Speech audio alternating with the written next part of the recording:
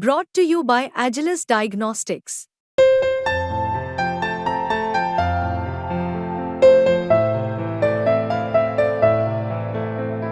Agilus Diagnostics. तो आदाब, नमस्कार, गुड इवनिंग, सत श्री अकाल। एक बार फिर आप तमाम लोगों का स्वागत है क्राइम तक की कहानी के इस एपिसोड में। उम्मीद है पूरी फैमिली अच्छी होगी, अपना और अपनों का ख्याल रख रही होगी। मोसाद के ऑपरेशन की बहुत सारी कहानियां आपको सुनाई हैं, लेकिन आज जो कहानी है ये मोसाद के सबसे पेचीदा और सबसे हाईटेक ऑपरेशन की कहानी है।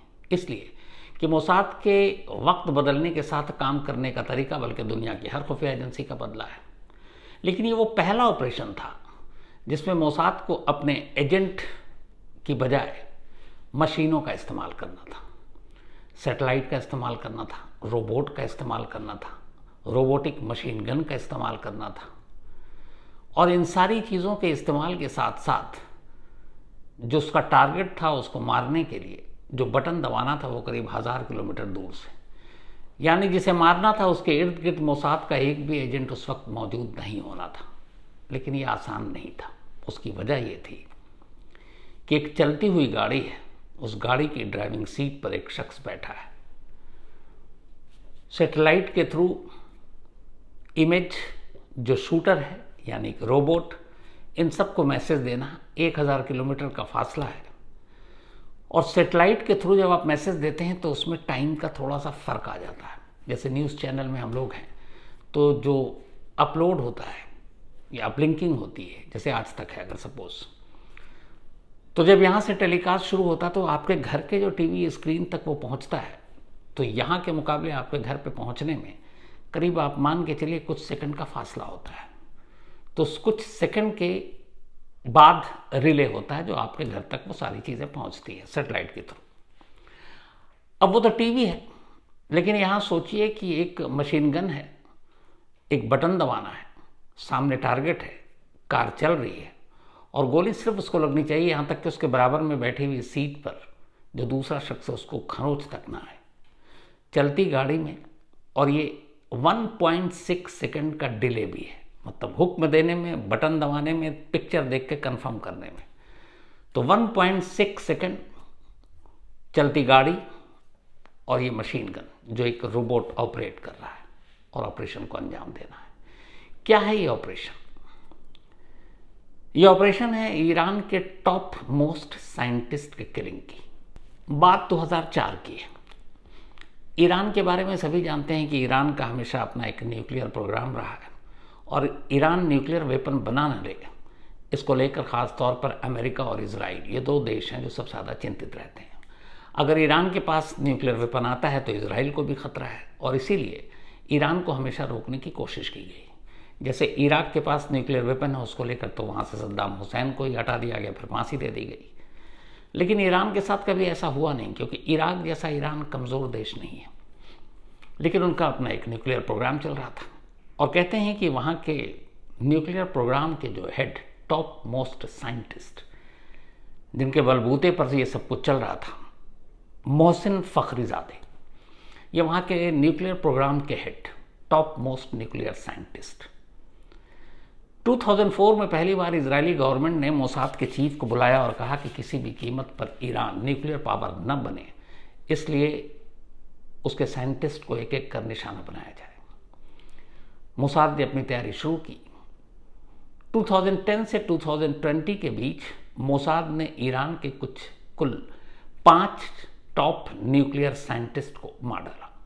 इनमें से कुछ को पॉइजन दिया गया, कुछ को इस तरीके से मारा गया कि उनका कारवां जा रहा है और एक मोटरसाइकिल पर सवार आए और उन्होंने गाड़ी के बराबर से ही फायरिंग शुरू की, वो मारे गए।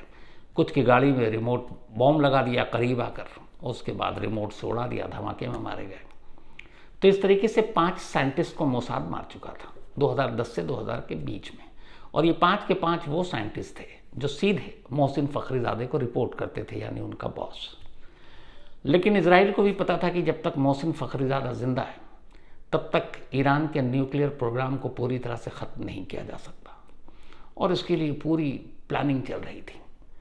लेकिन बाकी साइंटिस्ट के मुकाबले फ़खरीज़ादा तक पहुंचना बड़ा मुश्किल काम था, इसलिए कि फ़खरीज़ादे पर भी कुछ बार अटैक हुआ, कई बार ईरान के इंटेलिजेंस को खबर मिली कि हमला होने वाला है। तो इसको देखते हुए फखरीज़ादा की सिक्योरिटी बेहद ख़ास थी। एक वहाँ की एलीट फोर्स है ईरान की, इस्लामिक रिवोल्यूशनरी गार्ड, और उसका सबसे एलीट एक विंग है, उसका नाम है अंसार। तो उसी अंसार यूनिट को, जो रिवोल्यूशनरी गार्ड का है, जिसको कहते हैं सबसे तेज तलवार, तो उस अंसार यूनिट को फखरीज़ादे की सिक्योरिटी का जिम्मा सौंपा गया। तो उनकी गाड़ी के साथ पूरा काफिला आगे पीछे दाएं बाएं, तो कोई गुंजाइश ही नहीं थी कि कोई मोटरसाइकिल पर आए और गोली चलाते हुए निकल जाए, या मोटरसाइकिल से आए और करीब से बॉम्ब कार में चिपका दे और निकल जाए, क्योंकि नज़दीक आने का कोई मतलब ही नहीं था। वो जब कारवां चलता था तो चारों तरफ से एकदम घिरा हुआ, तो करीब जाना ही मुश्किल। इसके अलावा फखरीज़ादा कहीं ट्रैवल नहीं करते, ईरान से बाहर नहीं जाते, तो बाहर भी निशाना नहीं बनाया जा सकता। तेहरान में घर से लैब से दफ्तर या यूनिवर्सिटी में वो पढ़ाते, इन सारी जगहों पर पूरी तरीके से सिक्योरिटी, मतलब परिंदा भी पर नहीं मार सकता, करीब जाने की बात तो दूर की बात है। लेकिन मोसाद को ये काम सौंपा गया। मोसाद लगभग 2007 से ही, 2004 में ये मिशन दिया गया था, 7 से ही उसके टारगेट पर फखरीज़ादा, मतलब करीब कितने 14-3-17 साल हो गए। कई बार अटेम्प्ट किया, कोई कामयाबी नहीं, नज़दीक भी नहीं पहुंच पाया। धीरे धीरे वक्त बीता गया, 5 साइंटिस्ट को मार दिया गया, लेकिन फखरीज़ादे का अब भी मतलब जो निशाना बनाना था वो बाकी था। इस दौरान में अमेरिका में सत्ता बदलती है और डोनाल्ड ट्रंप आते हैं। डोनाल्ड ट्रंप से पहले की जो सरकार थी उसने ईरान के साथ एक न्यूक्लियर संधि की थी जो चल रहा था, लेकिन डोनाल्ड ट्रंप शुरू से ही समझौते के खिलाफ थे, और जो अमेरिका ने ईरान के साथ एक न्यूक्लियर एग्रीमेंट किया था, ट्रंप ने चुनाव में ही कहा था वो आते ही से ख़त्म कर देंगे, और वो आए तो उन्होंने ख़त्म कर दिया। इजराइल उसको लेकर बड़ा खुश था। अब इसी दौरान में इजराइल और मोसाद, इन्होंने कहा कि ट्रंप जब तक यूएस के प्रेसिडेंट हैं, बेस्ट मौका है फखरीज़ादा को निपटाने का, क्योंकि अगर ट्रंप के बाद, और ये तब की बात है जब ट्रंप फर्स्ट टाइम प्रेसिडेंट बन गए, अब सेकंड बार चुनाव लड़ना है, और जो वहाँ की सर्वे रिपोर्ट आ रही थी वो ये थी कि इस बार ट्रंप हार जाएंगे, और जो डेमोक्रेटिक के कैंडिडेट हैं जो बाइडन, शायद वो जीत जाएंगे। और इजराइल को मालूम था कि अगर बाइडन जीत गए तो ट्रंप ने जो समझौता न्यूक्लियर वाला ईरान के साथ ख़त्म किया है, बाइडन उसको दोबारा शुरू कर देंगे। तो जो भी करना था ट्रंप के प्रेसिडेंट रहते हुए करना था, लेकिन कैसे किया जाए? बहुत सारे तरीके आजमाए गए कि ये प्लान करते हैं, ये प्लान करते हैं, लेकिन कोई फ़ायदा नहीं। उधर मोसाद की दुनिया भर में अपने जासूस, ईरान में भी घुसपैठ बना रखा है, लेकिन कोई रास्ता समझ में नहीं आ रहा कि कैसे मारा जाए। करीब जा नहीं सकते। ये हुआ कि कहीं गाड़ी के ऊपर जब कारवां जा रहा हो तो एक ब्लास्ट करते हैं, उस ब्लास्ट में गाड़ी रुक जाएगी, फिर फायरिंग करना शुरू कर देंगे, लेकिन उसमें यह था कि बहुत सारे बेगुनाह लोग मारे जाएंगे, तो वो आइडिया भी ख़त्म। पॉइजन की बात हो ही नहीं सकती थी क्योंकि करीब कोई जा नहीं सकता था, तो सारे रास्ते बंद थे। तो कैसे मारा जाए? और मोसाद इसी पर लगी हुई। आखिरकार 2017-18 में एक मीटिंग होती है मोसाद के चीफ और अमेरिकी प्रेसिडेंट डोनाल्ड ट्रंप और CIA के चीफ के बीच। ये वो मीटिंग थी जिसमें पहली बार मोसाद अमेरिकी प्रेसिडेंट और CIA चीफ को भरोसे में लेकर एक प्लान बताती है और कहती है कि मोहसिन फखरीज़ादे को मारने का एक ही तरीका है, क्योंकि ईरान के अंदर और कोई रास्ता नहीं है मारने का। तो वो तरीका क्या था? तब मोसाद ने बताया कि उसने जो प्लान किया है वो एक हाईटेक प्लान है। प्लान ये है कि एक रोबोटिक मशीन गन होगा और उस मशीन गन को तेहरान की एक सड़क पर एक ट्रक के अंदर रखा जाएगा और उस ट्रक के चारों तरफ कैमरे होंगे और वो सब कुछ सैटेलाइट से ऑपरेट होगा और AI, आर्टिफिशियल इंटेलिजेंस से, और वो ऑपरेट जो करेगा कंट्रोल रूम, वो ईरान से दूर होगा, ईरान से 1000 किलोमीटर दूर, और सब कुछ मतलब कोई आदमी नहीं होगा, कोई मोसाद का एजेंट नहीं होगा। जो बटन दबेगा वो रोबोट दबाएगा, जो कैमरा और इमेज देखेगा ये यहाँ से उसको ओके करेगा। तो सब कुछ एक तरह से टेक्नोलॉजी बेस्ड ये शूट आउट होगा। एक तरह से ये कहें कि एक रोबोट एक शूटर होगा। और उसके बाद पूरी प्लानिंग बताई गई तो कहा गया कि इसमें कोई प्रॉब्लम भी नहीं होगी। अब इसके बाद तैयारी शुरू हुई। तो जब तैयारी शुरू हुई तो एक पूरी कंप्यूटराइज शार्प शूटर को तैयार करना था मोसाद को, जिसमें एआई का इस्तेमाल होना था, जिसमें मल्टीपल कैमरा का इस्तेमाल होता था और जिसको ऑपरेट सेटेलाइट से किया जाना था, जो इशारा देना था। और इस कंप्यूटराइज शार्प शूटर की खासियत ये थी कि 1 मिनट में ये 600 राउंड गोलियां चला सकता था। तो हुआ ठीक है। तब ये हुआ कि इसी कंप्यूटराइज मशीन गन से ईरान के टॉप न्यूक्लियर साइंटिस्ट को मारेंगे। अब ये हुआ कि उस मशीन गन का कहाँ से इस्तेमाल किया जाए, कुछ वॉर में आजकल हो रहा है इस तरह की मशीन गन का इस्तेमाल, कंप्यूटराइज पूरा। तो फिर स्पेशल बेल्जियम मेड एक मशीन गन को चुना गया जो उस वक्त बहुत कामयाब था। तो बेल्जियम का ये स्पेशल पहले मशीन गन चुना गया और इसके साथ फिर एडवांस रोबोटिक सिस्टम को जोड़ा गया कि सब कुछ रोबोट जो है वो करेगा अपने हिसाब से। अब इस मशीन गन, रोबोट और इसके बाकी सारी चीज़ें, इनके जो कल पुर्जे पार्ट्स थे, इसका ही जो वजन था वो लगभग 1 टन का था। तो सबसे बड़ा मसला ये था कि 1 टन का ये पूरा हथियार ईरान की राजधानी तेहरान तक कैसे पहुंचाया जाए, क्योंकि तेहरान में ही टारगेट था। तो ये हुआ कि इस पूरे रोबोटिक मशीन गन और इसके जितने इक्विपमेंट्स हैं, इनके जितने छोटे छोटे पुर्जे हो सकते हैं उतने छोटे छोटे इसके पुर्जे और पार्ट्स को अलग कर दो, मतलब जितना छोटा हो सकता है। तो ये हुआ ठीक है। तो वो जो सारा असेंबल करके दिया गया था, फिर बाकायदा उसके एक एक पार्ट्स को अलग किया गया और उन छोटे छोटे पार्ट्स को इस बात का ध्यान रखते हुए कि कहीं एक पार्ट से भी किसी को ये डाउट ना हो जाए कि ये कोई रोबोटिक मशीन गन या इस तरह की चीज़ें हैं, तो हर पार्ट्स को अलग अलग खेप में अलग अलग रास्तों से तेहरान भी पहुंचाया गया। एक रास्ते से भी नहीं, एक जरिया से भी नहीं। सपोज अगर 2 नट बोल्ट को लेकर जा रहा है तो वो अगर एयरपोर्ट के रास्ते गया तो बाकी पानी के रास्ते या फिर सड़क के रास्ते, और अलग अलग लोग। तो इसमें ही लगे कई महीने, क्योंकि बहुत तसल्ली से एक साथ न जाए छोटे छोटे सारे पार्ट्स। आखिरकार ये सारे पार्ट्स धीरे धीरे करके तेहरान पहुंच गए। तेहरान पहुंचने के बाद अब प्लान ये था कि वहाँ एक ट्रक लेना था और उस ट्रक को उस जगह पर ले जाकर पार्क करनी थी जहाँ से टारगेट यानी कि जो फखरीज़ादे हैं वो हमेशा अपने घर से निकलते हैं और उस घर से निकलने के बाद एक यू टर्न आता है और उस यू टर्न पर ही गाड़ी स्लो होती है। और उसी यू टर्न पर जब वो गाड़ी स्लो हो और यू टर्न ले रहे हो, बस उतना ही वक्त है निशाना लेने का। तो सारे कार में ट्रक में इसको असेंबल किया गया, सब कुछ एक एक पार्ट्स को दोबारा जोड़ा गया। पूरे ट्रक में हर तरफ कैमरे लगाए गए और पहले इस ट्रक को बाकायदा काम पे लिया गया, सड़क पे उतारा गया ताकि चेक किया जाए कि कहीं कोई किसी की नज़र में तो नहीं आ जाता है, जैसे जो सामान लोडर होता है। नहीं हुआ। फिर उसी जगह पर उसी यू टर्न के पास उसकी रैकी की गई, उसकी सारी तस्वीरें, इमेज जो है वो सेटेलाइट के थ्रू पहुंच रही हैं और उस सेटेलाइट से इधर इंस्ट्रक्शन दिया जा रहा है कि अब ये करना है, ये बटन दबाना, और रैकी हो रही कि फायर नहीं करना। टाइमिंग जो है वो नोट किया जा रहा है। तो पता चला कि जितनी देर में यहाँ से कंप्यूटर ये इमेज भेज रहा है गाड़ी का और बाकी चीज़ों का, और वहाँ कंट्रोल रूम में पहुँच रहा है और वो वापस उसको कमांड दे रहा है, इन सारी चीज़ों में 1.6 सेकंड की देरी हो रही है। मतलब यहाँ से भेजने में, वहाँ कमांड देने में, ये सारी चीज़ों में 1.6 सेकंड की देरी है।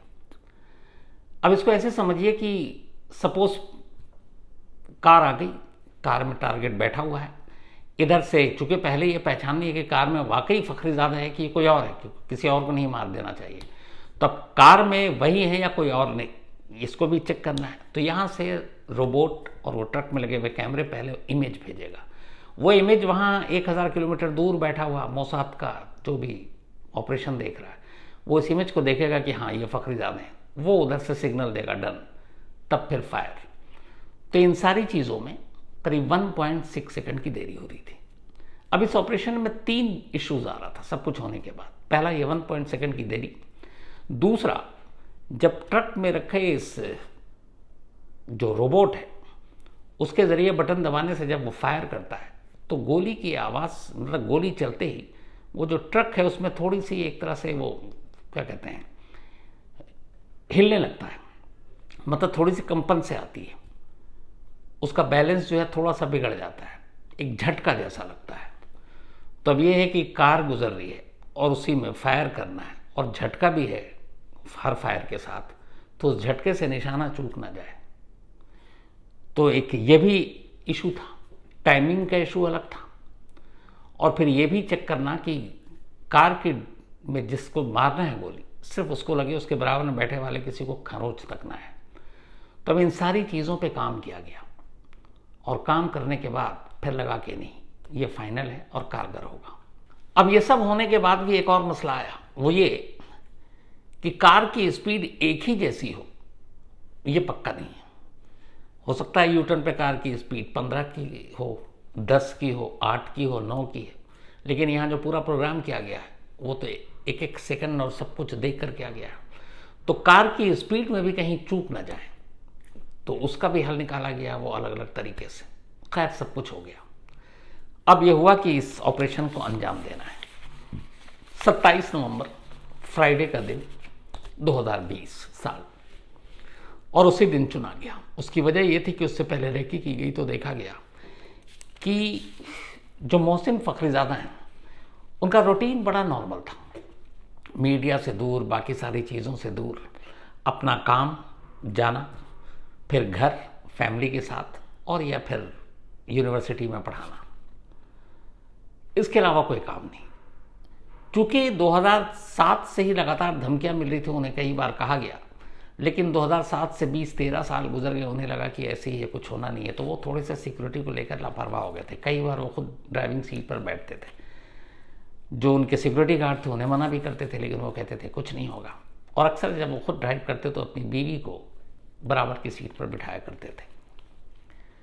और रूट यही था, क्योंकि घर से निकलने के बाद जो 2 जगह जाना था वो दोनों जगह पर इस यू टर्न से होकर गुजरना था, क्योंकि यू टर्न उनके घर के करीब था और वो पॉश एरिया था, बेहद सेफ एरिया, और साथ में बाकी गाड़ियाँ चलती थी। फ़खरीज़ादे की एक और आदत थी कि जब वो खुद ड्राइव करते कार में तो बराबर में वाइफ को बैठाते, जो उनका सिक्योरिटी गार्ड होता उसको कभी पीछे नहीं बैठाते। वो कहते तुम पीछे वाली गाड़ी में बैठो या आगे वाली गाड़ी में बैठो, इस गाड़ी में और कोई नहीं होगा। तो ये आदत थी, और यही आदत शायद नुकसानदेह बन गई। तो 27 नवंबर 2020 दोपहर 3:30 बजे फ़खरीज़ादा उस दिन अपने घर से निकलते हैं, और फिर वही उनका शौक, ड्राइविंग सीट पर खुद बैठ जाते हैं, बराबर में उनकी वाइफ।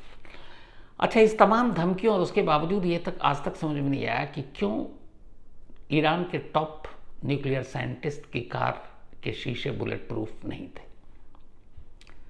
ये आज तक समझ में नहीं आया, और ये बात मोसाद को मालूम थी, क्योंकि अगर बुलेट प्रूफ होते तो शायद ये ऑपरेशन कभी सक्सेसफुल होता ही नहीं। खैर 3:30 बजे के करीब अब वो कार से निकले, यू टर्न के पास पहुंचे। यू टर्न के पास जैसे ही पहुंचे, कैमरे की इमेज ने वो तस्वीर भेजी ड्राइविंग सीट पे बैठे शख्स की। 1000 किलोमीटर दूर ने बैठे ने कंफर्म किया कि ये मोहसिन पर फ़खरीज़ादे हैं। उधर से सिग्नल आया, इधर से रोबोट ने बटन दबाया। पहली बार में एक गोली चली जो सामने विंड स्क्रीन से आई, कंधे पर लगी। जैसे ही गोली लगी वो दरवाज़ा खोलकर फ़खरीज़ादा नीचे की तरफ उतरे, तब तक 3 और गोली आई और तीनों होने लगी। वो वहीं ज़मीन पर गिर गए। उधर बीवी उनकी चीखती हुई बाहर निकलती, तब तक सिक्योरिटी गार्ड दोनों तरफ से आ जाता है, लेकिन इसके बाद कोई गोली नहीं चलती, क्योंकि कैमरा देख रहा था कि काम गोली अपना कर चुका है। इसके बाद ये सब अभी इधर उधर लगे हुए हैं, और जितने सिक्योरिटी गार्ड वो बदहवास की गोली चल कहाँ से रही है। और इसके थोड़ी देर के बाद कुछ दूरी पर इस यू टर्न से एक ज़बरदस्त धमाका होता है। एक ट्रक धमाके से उड़ जाता है। मोसाद का प्लान यही था कि इस ऑपरेशन के बाद उस ट्रक को उड़ा देना है, जिसके अंदर वो सारी रोबोटिक मशीन गन और वो सारी चीज़ें थी, ताकि कोई सबूत ना मिले कि ये काम किसका है। बस इस पूरे ऑपरेशन में यही एक गलती हुई थी। उन्हें यह था कि इसको धमाके से उड़ाने के बाद सारी निशानियां मिट जाएंगी, लेकिन हुआ यह कि जब धमाका हुआ तो उस रोबोटिक मशीन गन और उसके बाकी इक्विपमेंट्स के कुछ पार्ट्स हवा में उड़ गए, और हवा में उड़ने के बाद ज़मीन पर गिरे। बाद में सिक्योरिटी एजेंसी ने मौका वारदात की पूरी तलाशी ली, हर चीज़ को उठाया, तो जब वो पार्ट्स हाथ में आए तब पता चला कि ऑपरेशन कहीं दूर से बैठकर सैटेलाइट के थ्रू एआई टेक्नोलॉजी का इस्तेमाल करते हुए रोबोटिक मशीन गन से इस ऑपरेशन को अंजाम दिया गया। और तब नाम आया फिर मोसाद का। मोसाद की तारीख में, हिस्ट्री में ये पहला ऑपरेशन था जो पूरी तरह से हाईटेक था। और कमाल ये था कि हर सेकंड का 100वां हिस्सा उन्हें गिनना था, लेकिन उसके बावजूद ये ऑपरेशन पूरी तरह से सक्सेसफुल रहा। 2020 का ये ऑपरेशन था और अभी 31 तारीख को ईरान के टॉप साइंटिस्ट के बाद अब हमास के चीफ जब तेहरान पहुंचे, इस्माइल हानिया, तो उसी तेहरान के एक घर में 6 से 8 हफ्ते पहले, यानी लगभग 2 महीने पहले, वहाँ के सबसे सुरक्षित इलाके के घर के कमरे में इसी मोसाद ने बम रखा और ये ऑपरेशन भी कामयाब रहा। इसीलिए कहते हैं कि मोसाद दुनिया की बेहतरीन सीक्रेट सर्विस या खुफिया एजेंसियों में से एक। तो ये थी उस हाईटेक ऑपरेशन की कहानी। पर कहानी ख़त्म करूं उससे पहले भी अपना सिलसिला, आज हेमलता सिंह जी का जन्मदिन है, तो हैप्पी बर्थडे हेमलता जी। और ये विश्रांत सिंह जी की मम्मी है और ये अपने बेटे के पास इस वक्त कनाडा में है और माँ बेटे दोनों कहानियाँ साथ सुनते हैं। बहुत अच्छा लगा सुनकर, तो thank you so much Vishrant and Hemlata ji, आपको बहुत बहुत आपके जन्मदिन की शुभकामनाएं, बधाई। साथ ही बल्कि इनका कल है तो एडवांस में आज ही, क्योंकि कल कहानी तो होती नहीं है। इसके अलावा बाबुली कुमार मोहंती, इनका भी आज जन्मदिन है, तो बाबुली कुमार जी मोहंती साहब, आपको भी जन्मदिन की बहुत बहुत बधाई। अनिल, इनका भी आज जन्मदिन है, तो हैप्पी बर्थडे अनिल जी। और ये मालती जी के हस्बैंड हैं और भेजा है विकास ने। सुमन चौरसिया का भी बर्थडे है, तो हैप्पी बर्थडे सुमन जी, और ये भेजा सुधीर कुमार ने है। इसके अलावा अजुनी, इनका भी जन्मदिन है, हैप्पी बर्थडे अजुनी, और ये भेजा है नंद किशोर चौहान ने, उनकी बिटिया है।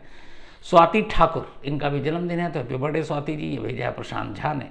साथ ही लेट तेजू गोविंद कंटोडे, इनका भी जन्मदिन, ऊपर वाला इनकी आत्मा को शांति दे और जहाँ हैं ये अच्छे से रहे। और ये भेजा है नितिन कंटोडे ने, उनके पिताजी हैं तेजू गोविंद जी। साथ ही रिया यादव का भी जन्मदिन है, तो हैप्पी बर्थडे रिया, और ये भेजा रोशनी एंड संजय जी ने हैं।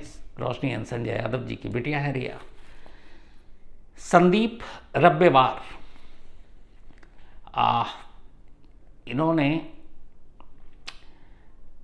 इन्होंने एक सवाल पूछा संदीप रब्बेवार ने कि अगर कोई शख्स अपने पेरेंट्स, अक्सर होता है आजकल तो माँ बाप को मार देता है, या पत्नी को मार देता है, या पत्नी पति को मार देता है, तो ऐसी सूरत में क्या वो बच्चा, या क्या वो पति, या क्या वो पत्नी उसकी प्रॉपर्टी, उसके इंश्योरेंस, उसका हकदार होता है?